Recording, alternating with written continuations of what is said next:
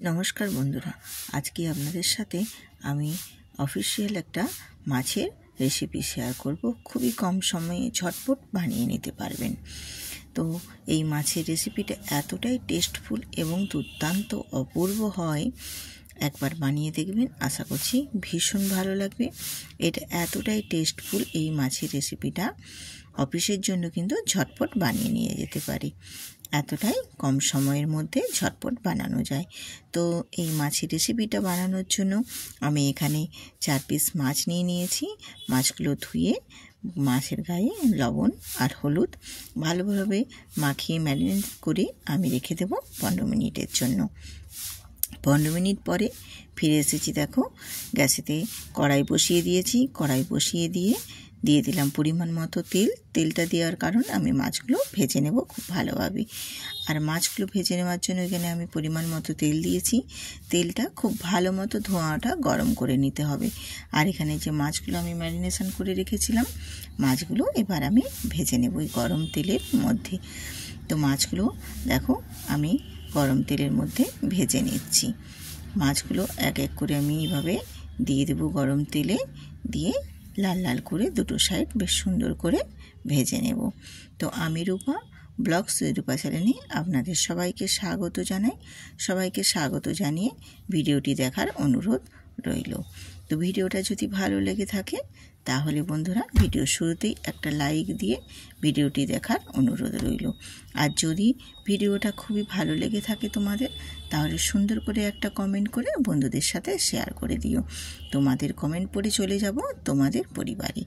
আর যেসব নতুন নতুন বন্ধুরা আমার ভিডিওটা দেখছো, তারা সাবস্ক্রাইব করে বেল আইকনটি প্রেস করে রেখো। তাহলে কি হবে, আমি নিত্য নতুন ভিডিও দেওয়া মাত্রই পৌঁছে যাবে সবার আগে তোমাদের কাছে।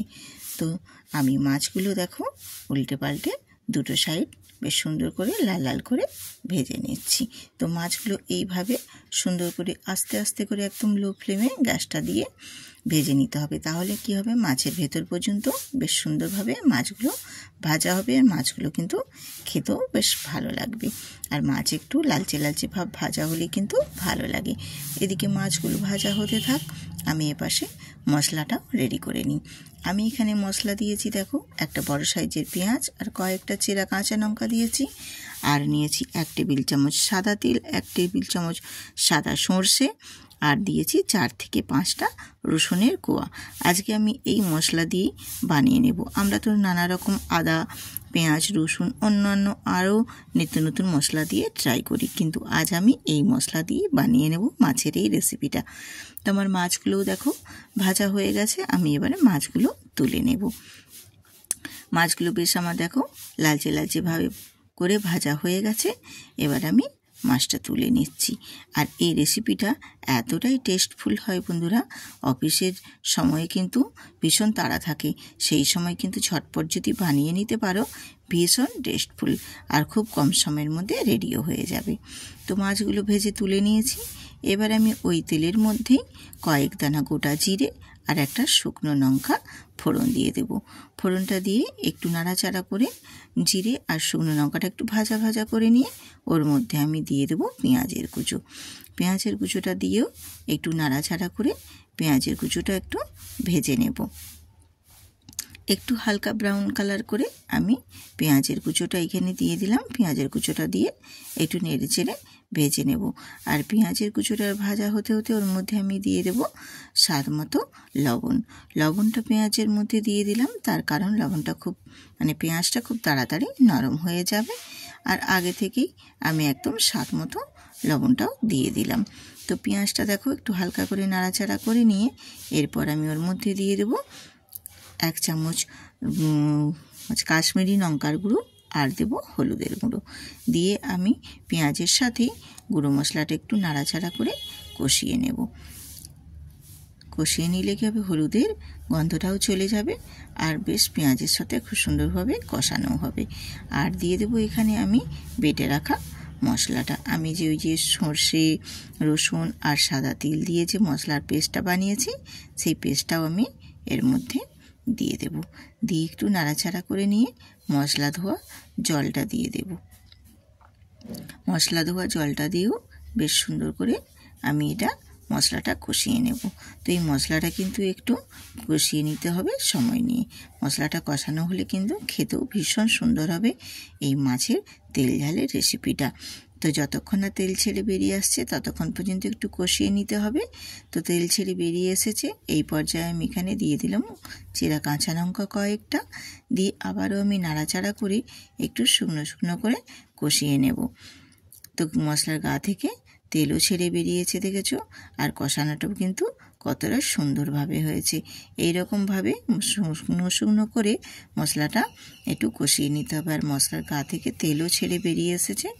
আর যেহেতু এখানে হয়তো তোমরা ভাববে যে সর্ষে আছে, হয়তো তেতো লাগবে, না, একদমই তেতো ভাব লাগবে না। তার কারণ আমি আগে থেকেই পেঁয়াজের মধ্যেই নুনটা দিয়েই রেখেছি।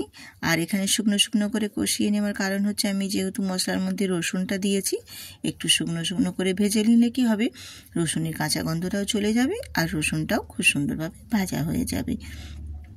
এবারে আমি এর মধ্যে দিয়ে দেবো গ্রেভির জন্য জল। তো আমি এখানে একটা ছোটো বাটির 1 বাটি দিয়েছি। তোমাদের পরিমাণ মতো গ্রেভির জলটা দিয়ে দিও।